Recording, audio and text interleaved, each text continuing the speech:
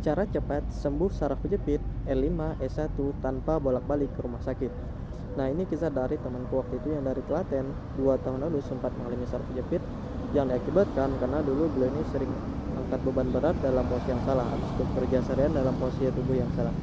Nah, awalnya dulu beliau ini cuma merasakan itu cuma sakit yang biasa di sebelah kiri.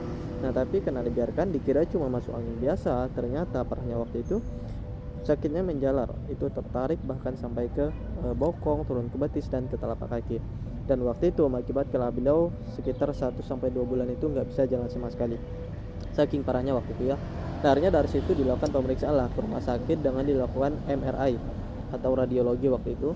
Dan ternyata benar waktu itu beliau pun kaget. Beliau terkena penyumbatan saraf kejepit di lumbar 5 sakral 1. Nah, itu terjadi ketika bantalan tulang belakang itu tertekan dan menjepit di bagian saraf.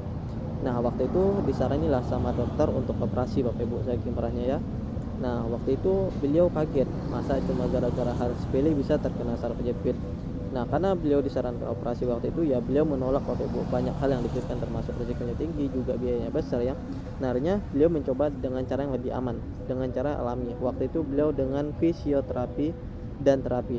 Nah, waktu itu udah beliau lakukan kurang lebih 1 tahun, tapi ternyata dalam 1 tahun itu belum ada hasil yang signifikan lah. Termasuk dengan renang yang katanya untuk bagus untuk saraf kejepit, memang juga udah ada perubahan, tapi belum terlalu signifikan. Nah, akhirnya mencari lagi sampai akhirnya ketemu seniornya waktu itu yang menyarankan untuk mencoba dengan herbal, dengan suplementasi waktu itu dengan herbal cutang dari Tiongkok.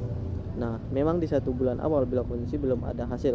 Nah, tapi konsisten di bulan ketiga itu udah mendapatkan perubahan dan sampai akhirnya di bulan ke-6 beliau mendapatkan pemulihan yang signifikan.